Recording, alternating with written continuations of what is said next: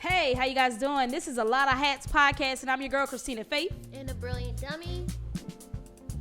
Why do you laugh at me every week? It's okay. And a brilliant dummy. And we are the Alotta Hats podcast. I need some sound effects or something. Matter of fact, that's how we get up it. The annoying ones too. And so today we're going to talk about quarantine creatives. Like, what has life been like for you during 2020, which is going to be 2021 and part of 2022 potentially if they don't find a vaccine.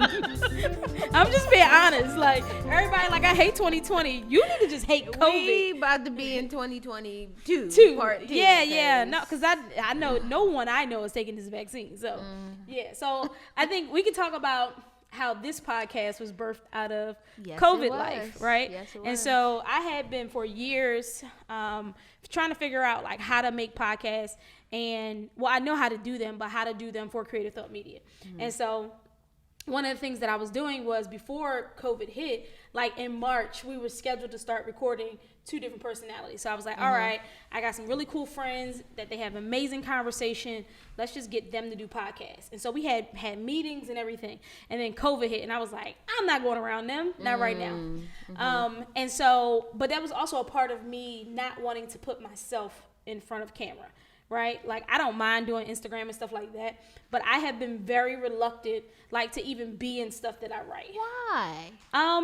I think I didn't want to accept the fact that I'm talented as well, right? And I think it became like a crutch that I was using, right? So like even Love You Right that's coming out in February 2021, gang. Yes. New single coming out soon, gang. But even in that, we had wrote a role, and I tried to get somebody else to play it, and they wouldn't do it. And then finally I was like, screw it, I'll just do it. And then I did it, and I was like, this isn't as bad as I thought it was going to be. And so I think also in the beginning of January, I think I took some pictures and stuff too. And so I was preparing, because my mother is just like, she just was always encouraging me, like, we need to see the fullness of who you are, not just some of the things that you create. And so we came up with this idea of this podcast. I said, if we're going to do it, it has to be visual as well as audio, because I need the content. She got me, y'all. In order to help pump up, she got right, me. CTM. And so, so this is birthed out of that. Let's walk down some thought process, right, about why you decided to do it. And while we're filming this, no one has still seen who she is. And so I would like to walk down that, because I know my insecurities about using myself, right? I would rather push someone else forward as opposed to me stepping forward. So, all right. So you moved to LA. Before you moved to LA, right, were you as, people don't need to see me as you are now? Yeah. Okay. I've always so it's always been like that. Okay. Yeah. So tell me, tell the people your thought process. I mean, of why I decided to just do this? Yeah. You know, I am always evolving and growing, and there's a lot of things that over the years I've started doing that I did not want to do. Okay.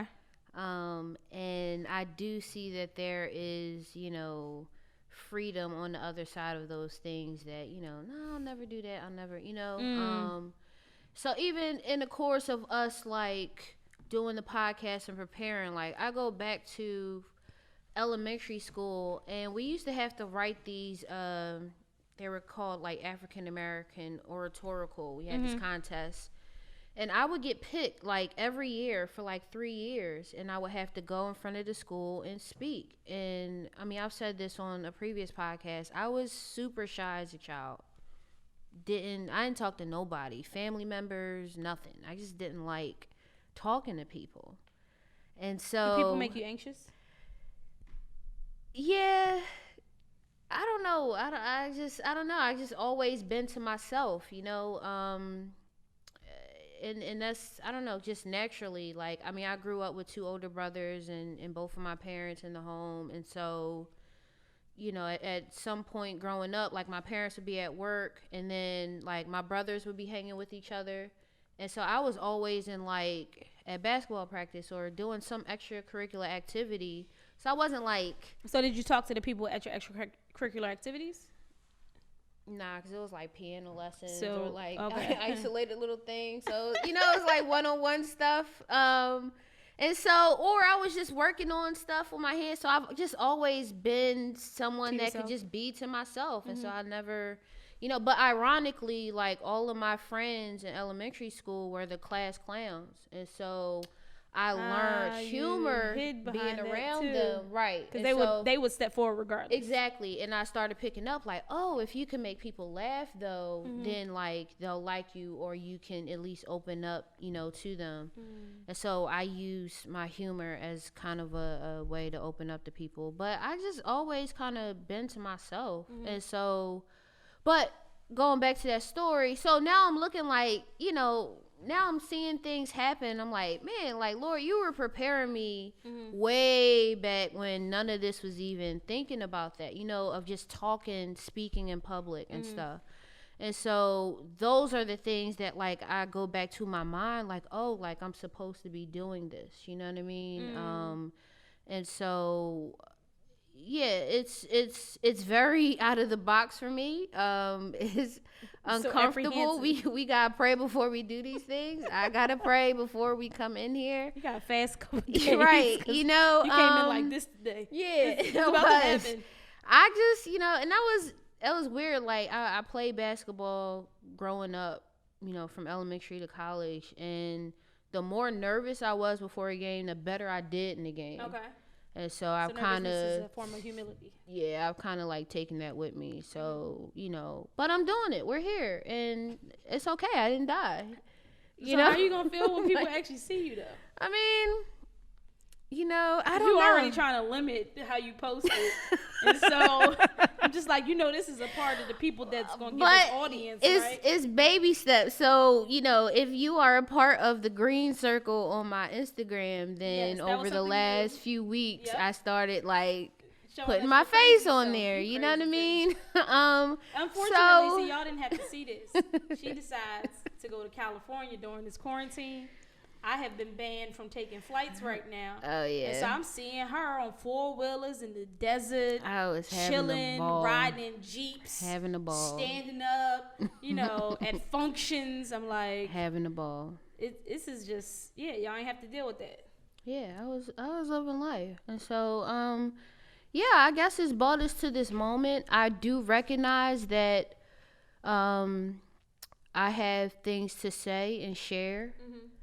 You know, and I don't want to let my own, you know, insecurities or my pet peeves get in the way of, or more like, so discomfort. Right, my discomfort, like, you know, from helping somebody else. Like, if these podcasts can give somebody else courage or hope, you know what I mean, then I'm not going to stand in the way of that because of something that probably doesn't even exist. You know, whatever fears I do have in my head or what people are going to think or perceive, that most likely probably doesn't even exist. And so it's just like, all right, let's do it.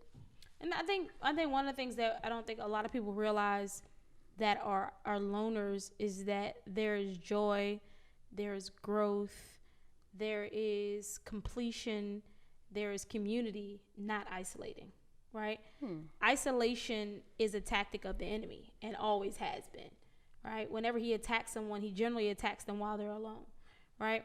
And so I think sometimes because of the anxiety and discomfort that being around and being vulnerable, because really what it is being vulnerable with humans, right? Because humans, we are all bound to hurt each other. Like, you know, if I become friends with somebody and then you kind of see that we're actually starting to be like really good friends, I tell them, I'm going to hurt you because you're human. Like, that's a part of being human. Another part of being human. What? I'm gonna hurt you. I'm gonna hurt you. I'm gonna cut you. I might cut you somehow. Right. Might not be physically. Right. But human interaction. Right. The holiest person will hurt you at some point in your life because we're not Jesus. I think it's in that step backwards that you say, okay, I'm gonna take a step back and I'm gonna take a step forward so I can lean into this and so that we can resolve it. Like, humans are trash. Like, we're just humans. We sinful. We trash, right? Even with Jesus, we're still trash, right? He's made us new, but we trash, right? And we need him because we're so trash. But I think in general, what I've learned, because I've been hurt a lot, like even working with my therapist and going through starting from my first memory that I can remember, right? And then walking through year from year from year, she's just like, you got a lot of trash humans in your life, right? Or I personally, right? Because, so for example, you isolate, I'll let everybody in, right? And then I'd be like, hold on, this is crazy, right? And so I'm learning to set proper expectations of people. Like, okay, this is where you are. Oh, I see where you're putting me in your life. I'm gonna put you in this compartment over here, right? Because some people you have really deep relationships with, and some people we just gonna swim. We're gonna stand. We're not even gonna get in the water. Right. We're just gonna put our feet in, right, and just gonna be a little dip your toe. A little dip, right? And then I'm gonna walk away from you after we're done this interaction. And I've had to learn that even with people that you work with, even with people that you see on a consistent basis. Like, every relationship isn't meant to be deep, right? Because some people don't have and don't want the capacity to have deep relationship, right? Because deep relationship is even more work. Yeah, it's a lot. It's a lot. It's a lot. It's a lot, and I was just telling my friend the other day, like, I don't know if it's just something I'm going through at the moment. It feels like the older I get, just the harder it is to bond with people now, or want to even go deep, because I do have like a lot of good, solid, strong friendships in my life that have been over decades, and so I put everything I possibly can into, if I call you my friend, you know what I mean, then there's a certain level of just energy that you are going to get from me. And right now, I just don't be feeling like I have energy to give to new people. So you don't have like levels of energy. You just give everybody everything? That's crazy. Not everybody. But I'm saying, like, select few. But you don't have like levels of entry. Nah, not right now. Not right now. I don't know why. And maybe it is just quarantine because we've been alone, and we on the Zooms, and I don't know, the disconnect. And I don't want to use that as an excuse, but it is an excuse. I think some of it is some disappointment of being let down from certain situations, and so if a situation even resembles, you know what I mean, something from the past, you're really like, good book. Cool, Safe People. Henry Cloud, Safe People. But and you said something to me a few months ago. We were talking. I remember a lot of things you told me. And we were having a similar conversation of like, oh, why do you want to show your face and stuff? And you were just like, well, you're running away from like your calling, right? There is a part of me that is afraid of the responsibility of showing my face or having to show up or commit to something, and now I can't just run through the back door. Well, no, you can. I do it all the time. I'm just being very honest. That's true. Like, I think people think just because you put yourself out there that you then have to give people everything while you're out there, and you don't, right? You can get this little bit that you're going to get during this 1 hour talk. 1 hour. I'm going to give you 20 minutes afterwards to have a conversation. Some of y'all, I'm going to let y'all get my email. That don't mean I'm going to reply. Right? Because at the same time, I still want to be faithful. You see my face. Exactly. At the same time, I still want to be faithful over the gift that I've been given. And I don't want to miss someone that God has called for me to be stewarding and helping in life. Right? And so I am a person that I let folks in. Like, come on, let's try this. And then if I see that it's wrong, I'm getting better early on and be like, no, that's wrong. In the past, I was not. Like, I give people chance after chance after chance after chance. And then I'd be like, oh my gosh, this person has ruined it. Right? And that's happened. Right? But instead of isolating, I use a little bit more discernment. And then as soon as I see that something could be off, you got to address it immediately, right? As opposed to, running, because that's what we do. We don't like to address stuff because we don't like conflict, right? And so I think just in general, in the midst of quarantine, you do develop stronger relationships with some people, because it's such an isolated time. But even I was talking to one of my friends that we only talk maybe 2-3 times a year, but every time we talk, we catch up on everything. Like it's like no time has changed, and I realized even in these relationships still matter, right? Because you don't know what you offer someone else, and you don't know what you'll need from them too, or what they'll need from you. Like I think with my mother passing, I just saw how the people that I've allowed into my life and I've been vulnerable with, how well they blessed me during it. And if I had been, just isolated, I'd have been hungry because I couldn't cook. Like, I'm still at the place where I was like, last night I was like, yep, takeout. I don't even want the food in the refrigerator, takeout. But because I had allowed people to give to me, right? Because a part of that is pride, right? And independence in a lot of ways is pride. And I think because people see me being so independent, like my pastor prayed something, and I was like, yeah, that's not me, but all right, right? They see me being so independent, they don't realize just how dependent I am on people, right? There's a lot that makes everything move. There's a lot of people that make everything move. Like, some people don't even know this person is doing this and that person is doing that and this person is doing that. But that's because that's just the way the ecosystem works. But everyone has something to do. And if you're, I was saying, one of my homeboys, he working on 6 short films right now, but he like a one-man band. I was like, bro, it's the easier way. Right? And so you can't then, because you're so isolated, you don't have anyone to pour into, and you also don't have anyone to help you while you're working. Well, I mean, I have those people. I'm just saying, adding new people. Yeah, you have the same people. Right. And so you don't ever get any new energy to come into the space. Right. That then tells you something new about you. It comes because we have gotten a lot closer within the last year, and definitely this year. And so, well, I'm a safe person. And that's the thing. I wasn't really a gamble. No, you weren't a gamble. You were not. You were asking about me. I ain't a gamble. You said something good where, like, letting other people love you and help you. And I think part of I'm so fixated on, like, okay, this person comes into my life, like, how am I going to serve them? How am I going to make them feel? You know what I mean? Like, I'm so focused on what I'm going to do that I never stop to think, like, well, maybe God is sending this person to help me. And you know what I mean? Or for just mutual something. It could be anything. And so I think even in that, some people are only looking at themselves, which is another issue, right? If you're only looking at yourself, you don't see what you can offer someone, right?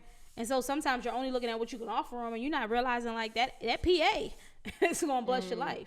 Right? Like, there's levels to relationship, and not every person you meet online or in person is going to be like your ride or die, right? But at the same time, that don't mean that other people that aren't your ride or dies can't be in your life, right? Because sometimes ride or die ain't available, and who you gonna call? Ghostbusters. Like, you ain't got nobody. Ghosts. Casper. Right? I ain't saying, just let the free fall of life happen. I'm very careful of, who gets in that space. As you should be.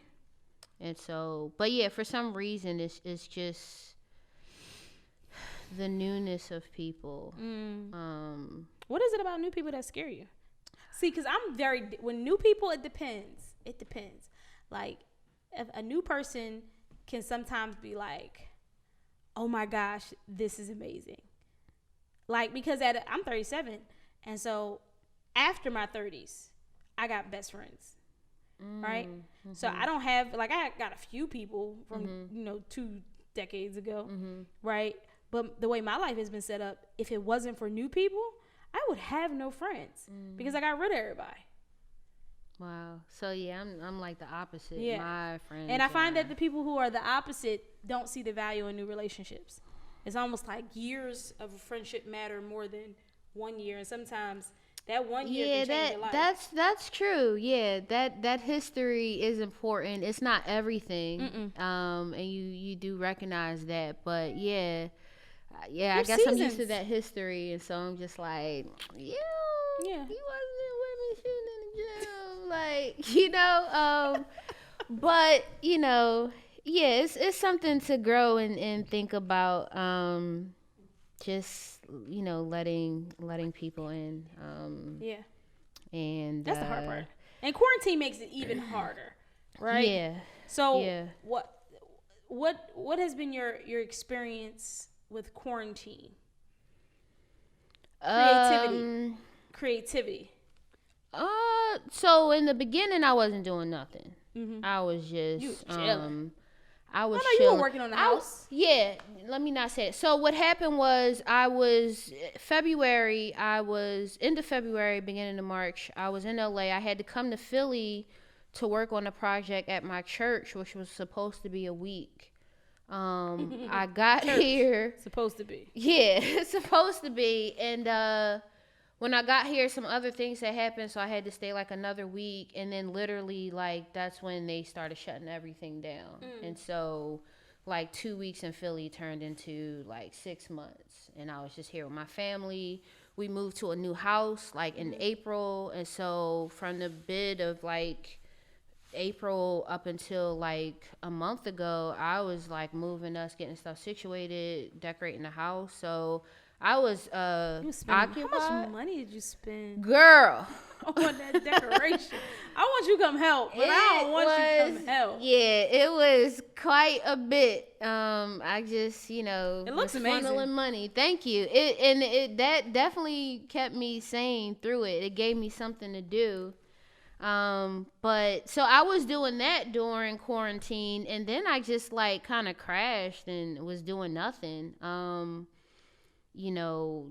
I did pick up a violin. I went to the store and picked up a violin and just been learning how to do the violin and stuff. And so random. Yeah, you got to do that. And sometimes I do that, like when I don't feel because before all this, I was like doing my installations. That was something that I really wanted to start focusing on.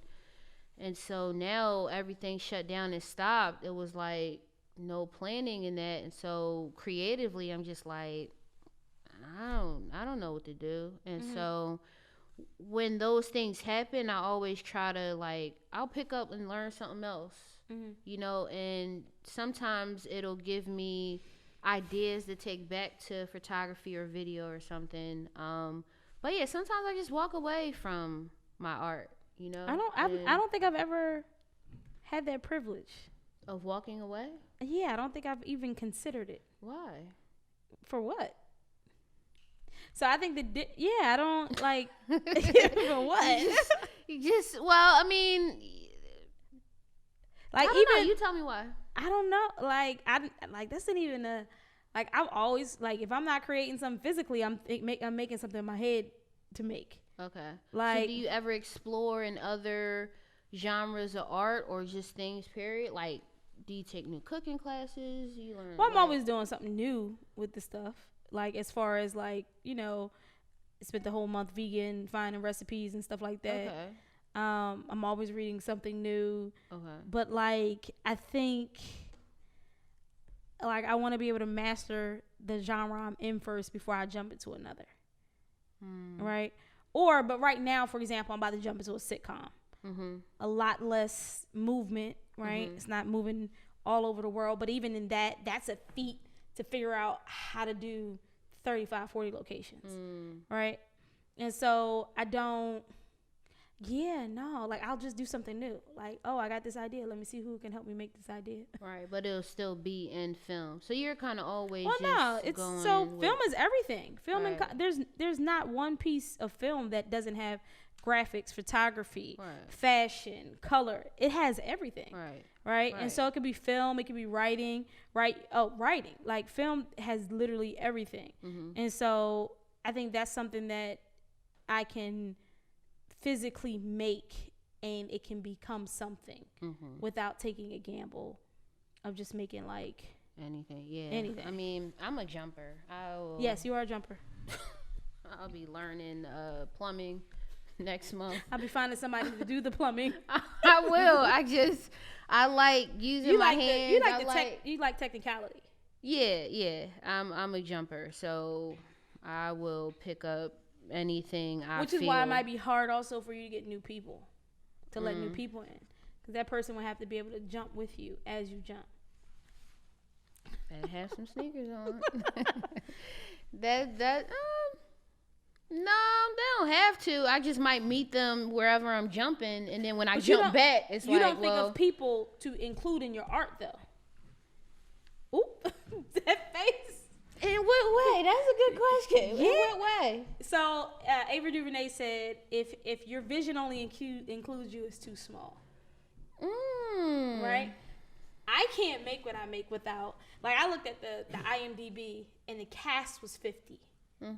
I can't make what I make without people, right? I could do the post without some people if I needed to, like if I really, really like didn't have nothing. But for me, every single piece of what I do includes other people. Yeah, I don't have that. Yeah, and so that's why. So for me, like, I want people out of my creative process. I need people in because I want their creativity too. Wow. It helps. It's like, you can have a vision, and this is something that I've learned. Like, some things I'm just unwavering. No, we're gonna do it. Love You Right. Everybody was like, literally, why don't we just wait till next summer? No, we're not waiting till next summer. I don't know how this is gonna work. I don't know how we're gonna do it, but we cannot wait. I felt inside of me this was not one that we could wait on. And everybody was like, all right. I guess we're gonna figure it out. No, we ain't got the money, but we can figure it out, right? But in every portion of the process, like, I even like to invite people into my writing process, because then I can get your thoughts and not just mine. Yeah. Now, this next time around, the sitcom, I sent the email to see if we're gonna do a writer's room. But even before we get there, I got an outline. Right. Wow. We can deviate, but this is the heart. Right. You can deviate once you get into the heart. And yeah. But for me, every part of the process, I have to raise up people or be raised by people. That's good. Yeah, I'm not, like, I do have a team, and I do, I think so I'm a bit different, whereas in the concepting stage, I just need to be alone, right? That's understandable. I'm figure this out, and part of it is I need to be healed by it first before, like, not always healed, but I need to be convincing of it first before I'm like, okay, yeah, this can be, like, taken out, of my head and into the world now. But so when I get to that part, then I'm like, yeah, I have a team, and I'm like, hey, what do y'all think about this or that? No. How much of it do they actually physically do with you? A lot. Like, when I did my installation from the groundwork, Manny was with me through that whole process, and that was... How long you know Manny? 7 years now, maybe. Ever got any interns to help you on it? Nah. Brand new humans? Nope. Do you know the value in that? No. I mean, I'm pretty sure there is value. It's I so haven't much found value. it yet, though. It's a fresh spark of energy normally. Yeah. If you interview well. Yeah. I mean, I think I will get there. Right now, I'm not. Me, myself, I'm and not. That's all I got. And Manny, we have really good battles, creatively, and I appreciate him in that way because, like, he's the one person in my art that can really challenge me, but I know it's to make me better. When he gives a criticism or something, it's not just to criticize, but it's always like he always has a end goal or something on the other side of it, and so I trust his criticism. But like I said, that has taken years to develop that trust, to be like, okay, I can let him in my creative process. Him and Lou, they're really my two main people that, like, I get, whenever a client or a brand reaches out, I'm sending it to them to look over, like, check this out, look these people up on LinkedIn and make sure I'm not busy. Like that, they are that crew. But when it just comes to, like, art in general, I'm always alone by myself in that initial stage. Because it's, it's like healing to me first, and I don't like a lot of opinions coming in when I am just trying to focus. You don't want no creative husband then. that's gonna be a whole. That's a whole. So a that's big misconception. I'm probably not ready. No, a big misconception. Me and Alan don't work together for real. We don't. We realize we really don't work well together. Okay. Because we have very different ways and thoughts. And that's right. That's he good. can ask me to do something, and I'll do it for him, and he'll give me input. And I'll ask him to do something. He'll always tell me no. Go find somebody else. Somebody else can do it better. And I'm like, no, you can do it. You gonna do it, right? And then he'd be like, no. And then it'd be down to the wire. And then he comes up with this amazing thing. Wow. Right? Yeah. And so he always says I get to do cool stuff because my wife makes me do it, right? And so I think, but we learn early on our processes are really different, right? And I think in general, I've learned the value of working in a team, right? Even if you don't like the people in your team, that doesn't mean someone else has something that they can't add, or even if you don't always gel with the people in your team. Because right now I think I'm working with 6 different teams. Wow. Like 6, between the school and CTM and the church, I think it's God, right? But I've learned to set expectations, right? But I've also learned this is what I know I can do. This is what I have to delegate. This is what can happen, right? And I've learned I'm not going to be able to please everybody, right? But I know that some things that I do, I can learn how to do them in the right function. But I've also learned some people I just can't work with. Yeah. And I think that's like the most important thing. Right. The same way as not letting certain people into your life. And I get that. And I mean, I'm newly adopting a team around me where I realized, like, yo, you need help. Don't I came in here today and I was about to put the crates together when it was like someone else here that could have did that. You can do that. Yeah, I'm so used to like let me just doing do it for yourself. Yeah. And so I'm new. I don't know. I must have missed that week of kindergarten. You was isolated. To work you was like, I got my own block. Yeah. What color you need? Right. Here. Nah. And so I was always trying to hustle the blocks. I do. Which one you need? What color you got?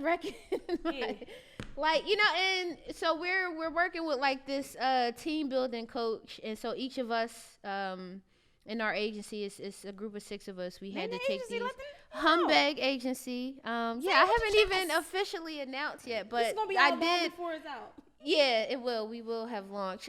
So it's a group of 6 of us, 6 me and my friends. So we just started our own agency. Yeah, we are. That's my team, man. They are all incredible. I ain't got no money yet though. So they are help produce this podcast. But so we each had to take, assessment and our individual strengths and weaknesses. And so I scored really high on like the person that likes to work behind the scenes and just, like just give me the task and let me go do it. You know what I mean? Like, all the extra stuff in the meeting, I do those things because I have to, be in a team setting. But if I had my, preference, just give me what you need me to do and let me go do it. You know what I mean? I'm like that and too. Keep it moving. Especially for people stuff that's just paying me. Right. What you need me to do? So, and so, I don't know. I just like, working by myself. Okay. And, but not for everything, because there are some things where it was like, okay, part of that too, the other side of like feeling like you working by yourself is you put so much pressure on yourself that like you feel like you got to come up with all the ideas, you got to figure everything out. That's you why got to, like what I mean? With people. And so in that sense, I'm like, oh no, I need like other people or helping feedback, me. even if you're not working with people, allowing people to like speak into your vision. But like, if there was a project where I had to choose, like, this could be done individually and this could be done with a team, I would probably pick it too. Henry Ford said, I'd rather 1% of 100 men's work and desire than 100% of my own. And that's why he made the, what is it called? The assembly line. Because on an assembly line, you get more stuff done. When multiple people are doing the same task or different tasks. When you're working by yourself, you get less done because you're the only one focused on doing it. That is very true. You know, and I'm but just saying, we got story robots time, now. story So time. all this You said we got what? we got these robots now. But even in that, somebody got to make the robots. Yeah. Yeah. Right? I mean, I'm not saying that, like, I'm not speaking down on teams. Teams are important. You do go farther. I'm just saying you can do bigger things. Absolutely. With more people. Absolutely. You do less with less people. Now, you might have a big impact, but I think Kevin Hart is a pure example of what it's like to build a team. That's true. Stick with your team. Invite, like, some of these people are new. These are new guys. Like, his trainer, he was a new addition, right? Who became a part of the team. But they are better together than they are by themselves. He'll tell you, like, I wouldn't be who I am without all of these guys, the Plastic Cup Boys, who go with me everywhere I go. Oh, no doubt. Like, that's why they getting $100,000 cars for Christmas. Yeah. Right? And so I think that as we're in quarantine, one of the cool things that we can all figure out is, like, how have you been able to create? One of the things that I created was the Artist Resistance t-shirt. Did I create that by myself? Certainly did not. Bruno Sky made that shirt, right? I had this idea. Well, okay, let me tell you. I was at Rec Philly. Rec, a place for creatives. If you're in Philly, check out recphilly.com. Really dope place. It's like a gym membership for creatives. Rec Philly had invited me to come and speak on their it was called Safe Space, right? And so in there you had this little matter of fact, it's so many different things. This is why you can't be a loner, right? And so Will invited me to come speak. I came speak. I really just poured into the young creatives that were there. Add on social media, cool. I had encouraged them, like, during this time. It was really during, like, a lot of the rioting and resisting that was happening and the uprising. And I was like, this is the time to create. This is not the time, because a lot of artists during COVID have been so stuck in how they created before that you can't create now, that you're trying to release the same thing that you did before, and you're like, I just don't feel it. No, you're not going to feel it right now. Like, nothing about what we are experiencing now is normal. So you're not going to feel it. So I was just encouraging them to keep going, and people were blessed. And so Bruno had hit me up, and I saw his artwork, and I was like, yo, this dude is so amazing. And so I had came up with this idea, like, art is resistance. Like, go make something. Like, don't trip out. Just go make something. I was like, look. So I hit him up. I was like, hey, I would like to make this, this artwork. I don't know what it would look like. I want Spike, Ava, Tony, and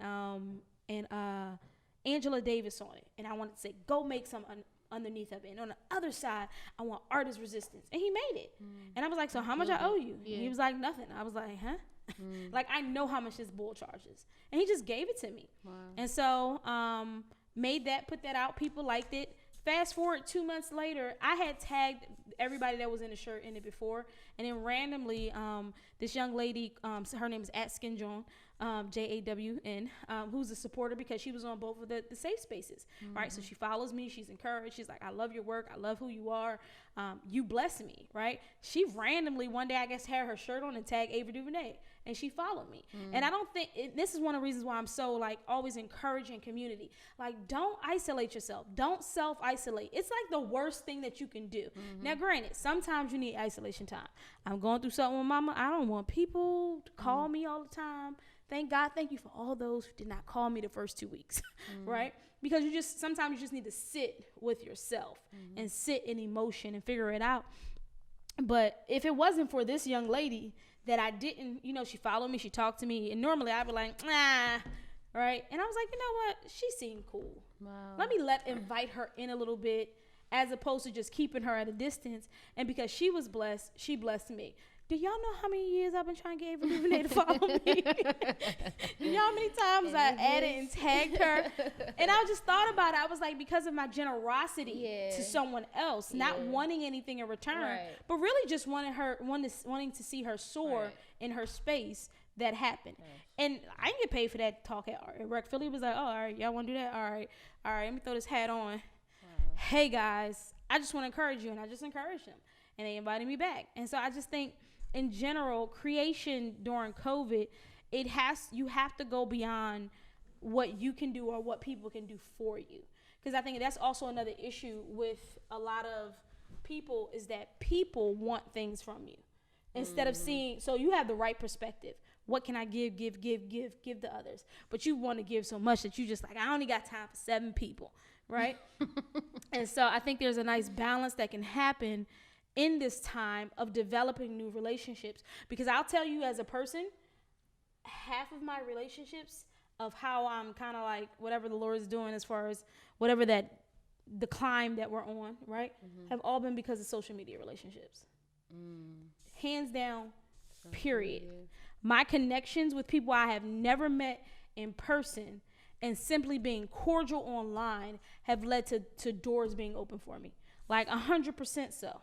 Like, I don't even, matter of fact, I just got into this program. I don't even know how, like, I know I was on Twitter, but the way I got in, but I didn't even follow the people. It was because somebody else told me about it. And I was like, hey, you need to do this. And so I think the social media is a wonderful servant and a horrible master. And I think we have to remember that it can be our servant and not our master, right? And that takes a lot of breaks. But how have you been keeping yourself motivated? You have. You've been doing some stuff. Yeah, I've been doing stuff. Yeah. I mean, I just don't. I'm not a total bum. Yeah, I've been doing stuff. We still trying to get you to get a new computer. A different. Yeah, I need a whole upgrade of a lot of things. I think you have to know how to make adjustments. You know, and so I still was able to do an installation. It's just different. I was thinking you can definitely do an installation here. I could the whole place. You could do a whole week here. Actually, I will. Yeah. No, I'm serious. I will. We can turn it into a fundraiser too. And so so you just gotta learn how to adjust and do things. And one thing about me is like I'm gonna find a way to do what not just like what I want to do, like I'm wilding out, but if it's something that I really have set to do, somebody note that what I want to do. That's a topic. Okay, what I want to do. Yeah, I only said that because me and my therapist was talking about something. I said, I prefaced it not what I want to do, and I was like, hold on, why did I just do that? But anyway, go ahead. Okay, we're gonna swing back to that. Yeah. And so I just switch it up. I take a lot of lavender baths. And I ride my bike. Like I just still try to do things, even if it's on a small scale, even if it's 10 minutes, I just try to find time. I've been reading and buying a lot more books, which I'm not a book person, but I'm reading books now. I go in the park and I sit at the bench and I just watch the water and stuff. Or, isn't it so relaxing to read? It is actually good. I got a little reading chair and everything. And so I just, I've learned just like a day at a time. You know what I mean? Like one day at a time. And, just make the best of the times, I pray for energy. I pray for interest. You know what I mean? So I do say, Lord, like, help me let some new people in and not be a jerk. And, because I recognize that's not what I am. You was jerkish to me, though. Matter of fact, when I met you for the first time, because I didn't know who you was. We was online.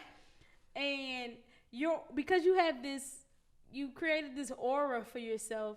John was like, oh, this is Tierra. I was like, Tierra? Was like, you know her, brilliant dummy. And I was like, word. And then after you realized who I was, then you was like, oh, Christina Faith, you're Christina Faith. You paid no attention to me the entire time I was talking to John. I didn't take offense because I don't do that. We were at a Rec Philly event because I had to remember where I first met. Oh, you were? Yeah. Okay, I did meet you there. And I was... You got to be kind to all people at all times. I was probably... Once he said that big who hair I was, too. I was probably like oh, dang, why you tell me? Yeah, because I don't like that neither. I'm like, just tell this person my real name. That's where I met you the first time? That is. In person, though. But we have, okay. We knew each we had been texting. Yeah. I texted you for like 2-3 years and didn't know what you looked like. That's ridiculous. No. I thought you was a Hispanic girl, to be honest. When I saw you, I was like, she black? I swear to God. I could be Dominican, baby. I was like, you's Dominican. We did read at Rec Philly. Yeah, I don't remember what was going on that day. But, Sorry. But yeah, I don't know. Like I said, when I'm at certain events like that, it's just a guard where you're like, okay, what, You've been in LA too long. not too long. But I hope you go back. I'm going back. I am going back. But yeah, I mean, yeah, that's that. It happened. Oh God, I'm sorry, yo. Yeah, we're we've been going. So let me answer that question. So this has been a very hard season. So I went through the robbery incident, and then my mother got sicker and sicker and sicker. Wow. So before that, she was sick. She's been in and out of hospital about 9-10 times during COVID, and then she passed. And so it has been how can I say? I'm really thankful. Let me say my gratitude first. I'm really thankful for all the work I did before, right? All the times that people were like, why don't you just put that out? Why don't you just wait to do that? And we didn't listen. I'm really thankful for that, because during this season, all I've been doing is stuff that needed to be finished, right? And so now we've got a nice little arsenal of stuff to bring out. And so that's one way. I've been editing for my church every Friday and Saturday. And so that's ending soon. So I'm excited, because I'm just going to turn that time that I had already dedicated into writing time. Okay. Because of all that has happened in my life, I haven't really written. And it's time to write. And I'm excited to write. And I was writing before a little bit, but it was in spurts, because of like every other day I was having to go to see my mother in the hospital, or she was at the house. I was taking care of her while doing everything else. And so I'm really excited to figure that out. But one of the things that I've had to do was force myself to be an active participant in my creativity now, right? That's not just because it's so much more easier, because depression and isolation and those things will stop you from doing things. And so because I know that, it's kind of like, I don't want to do this, but I'm going to do it, right? So I've been working out. That's like something that, and I realized community is like super important. And so the first time, because I gained 10 pounds in COVID, and I got on and looked at myself, and I was like, and I got on a scale, I was like, and then I know, I was like, hold on. And so I started to build a little home gym. How does this happen? It's ridiculous. And then one of my friends was like, hey, let's get on the bike every day for 30 days. Let's do Peloton every day. And I was like, why am I saying yes to this? And I said yes. And I really believe that yes saved my life.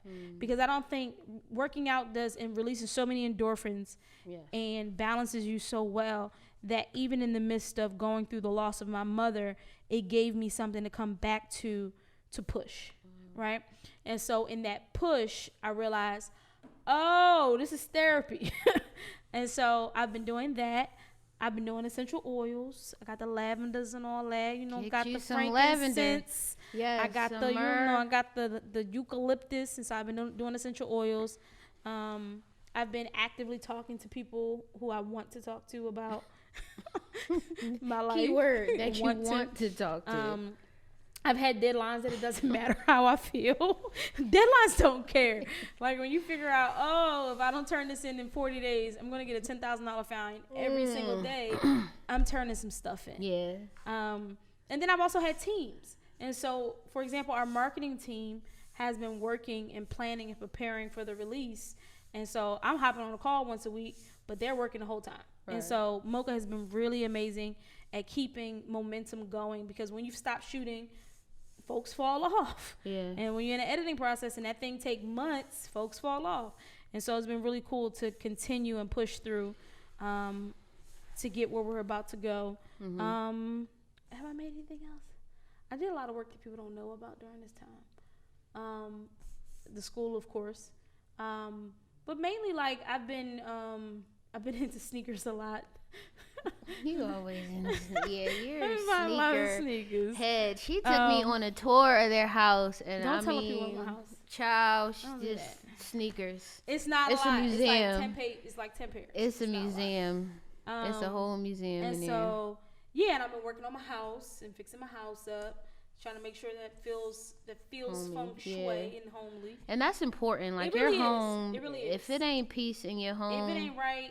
It's like, if you need to put some paint on your walls, put some paint on your walls. Like, You know, one of the things me and Alan did in every house that we lived in is we redid it. We didn't care what the landlord, can we do this? Yes. And we just did it. Now, granted, the last house we didn't do that because we was like, yeah, no, we ain't doing nothing till we buy a house. But at the same time, we wanted to feel like it's home when you come home. Yeah. And so, for example, I painted my basement. And because that basement did not feel like home. I went there and I was looking at these yellow walls. Like, and then my Instagram was not flowing. It wasn't right. Right, with your bike, it didn't match. No, you right. It looks amazing there. See, he was like, with your bike, it didn't match. It didn't match the bike. So. You got to make it match. And so, self-care, I do a facial every Friday. I meditate almost every single day. Centering prayer is the proper term for what I do. And that's it. All right. Where we about to go on another lockdown. How are you preparing? Oh, we definitely going to lockdown, y'all. Yeah, we about to go back, so y'all. If we don't go into lockdown before January, we're going into lockdown on January 20th, y'all. 21st, Joe Biden, Kamala Harris going to lock us down. Lock it now, they probably going to give the money we need for the lockdown, Lord willing. But they gonna he lock ain't us because down. he ain't sending that last stimulus check. I No, guess he like y'all ain't getting that stimulus. Joe, if you're Kamala, if you're listening, President elect and Vice President elect, can y'all cancel these student loans though? If y'all can do that, the Democratic Party has my vote for the next 20 years. Because the choice is crazy. How am I preparing? I am preparing by preparing to shoot a sitcom that is in a house on 3 weekends, and that's it. Wow. Okay. I gotta have something to do when you're in the house. Yeah, you are gonna have something to do. So I started like taking it's a storage room in my basement, so I'm like painting that to make that into a home office just in case, we have to lock back down. I just been preparing in other ways too, just for my family, as far as tangible things, stacking up on water and canned goods, just other things. First of all, why y'all think the water Listen, I don't know. You just gonna need water, okay? You just gonna need. I be hating y'all. You don't got a you filter. go into the store and you don't see no water bottles. Right? She was like, "Why they might turn the water off? Like y'all expecting the gas to get cut off? Like it's a whole. I've been buying like solar panels and stuff. You just don't. Listen, I don't put nothing. Yeah, you just don't know what can happen. We need to stop saying 2020. 2020, 2021, 2022. Yeah, you just don't know what can happen. So I think like, Y'all know we don't live in a third world country though. A lot of things have to happen for all the electricity in the world of the United States to go out. I know. For the water to stop. You just don't know. But yeah, I mean it's and I think the good thing too was even all last year, like the Lord was just teaching me rest, like stopping. And so like Mondays are now like my Sabbath days. I don't do anything on Monday. I just, I don't do nothing. And so that was like training me to like stop and not have to, I was just telling you walking in here, like I recognize I rush a lot. Like I walk fast, I eat fast, like I'm always tore that half a doing chicken a million. Yeah, you want to see a dead body?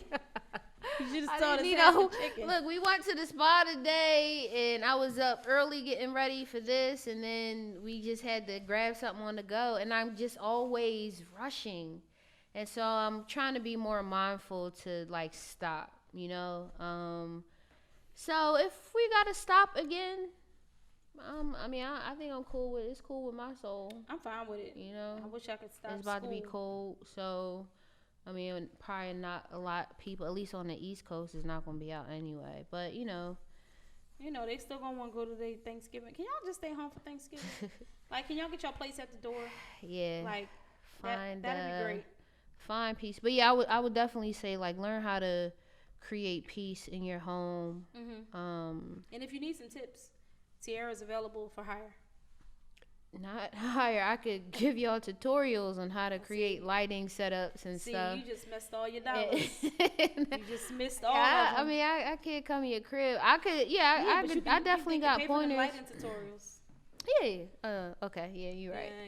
You're right. But just take care of your body, like Chris is saying. That's very important to how you're able to handle different stressors and things. So I would just definitely say that in preparation, if we do have to lock down again. Hopefully not. Hopefully not, though. So what books, what music, what podcasts you want to shout out, shorty? What am I? Or one cool thing that you discovered? One this week. Oh, Eric showed me this light and this meter thing. How he... A light meter? No, not a light meter. He was measuring the walls and stuff and had lasers up. And I was like, what is you doing? So what's it called? I'm just learning from him a lot. I don't know. Eric, what's it called? Digital tape measure. I didn't know those existed. And so, I'm just having fun learning about cinematography and, little cool knickknacks. So I'm going to have to get a digital measurer. Digital tape measure. Digital tape measure. So that really blew me away. I was like, does he have a laser? What's going on? He was measuring the set and like making sure everything was like taped off. And I'm just like, yeah, it's good to have a team. It's good to have somebody else who don't know, who knows what you don't know. So I thought that was really cool. My bad, because I was trying to tell you my one cool thing. The Allender Center podcast, ALLENDER. The Allender Center is a therapy center. Okay. It is not here, but one of the head of it, she actually lives here. Okay. In Philadelphia. But the Allender Center podcast is a really good podcast if you want to experience healing spiritually, mentally, and physically. And they talk about all kinds of different topics. Allender is Dr. Dan Allender. He created it, but he's really good in opening his hands and allowing others to lead it. Okay. And so they have a weekly podcast, and it's been really good. I stumbled upon it because, I went through spiritual abuse, and so somebody has sent me, a podcast on it like 2 years ago of spiritual abuse, and they were walking through what it looks like. And so they have things like the reality of marriage, calling in character, trust and submission to authority, love and courage in a global pandemic, what men wish men knew about sexuality, what women wish men knew about sexuality, and things like that. But they talk about it from a therapist perspective. So it's really good, and so it's biblical as well. Wow, so that's a really good podcast. And so that's all I have. Do you have anything else? I think that is it for this week. That's it. Hey, see you guys next time. Thank you so much for joining us. See you guys next time. Thank you so much for joining us on Alotta Hats podcast. Be sure to subscribe to us on iTunes, Spotify, or wherever you listen to your podcast. I'm your girl, Christina Faith. You can follow me on Twitter and Instagram or any other social media place at Christina Faith. And you can find me at A Brilliant Dummy. And you can follow us online at Alotta Hats pod _ is what the name is. But if you just type in Alotta Hats, ALOTTA, you'll find us. All right. Thank you guys. Have a great night. Be blessed, beloved.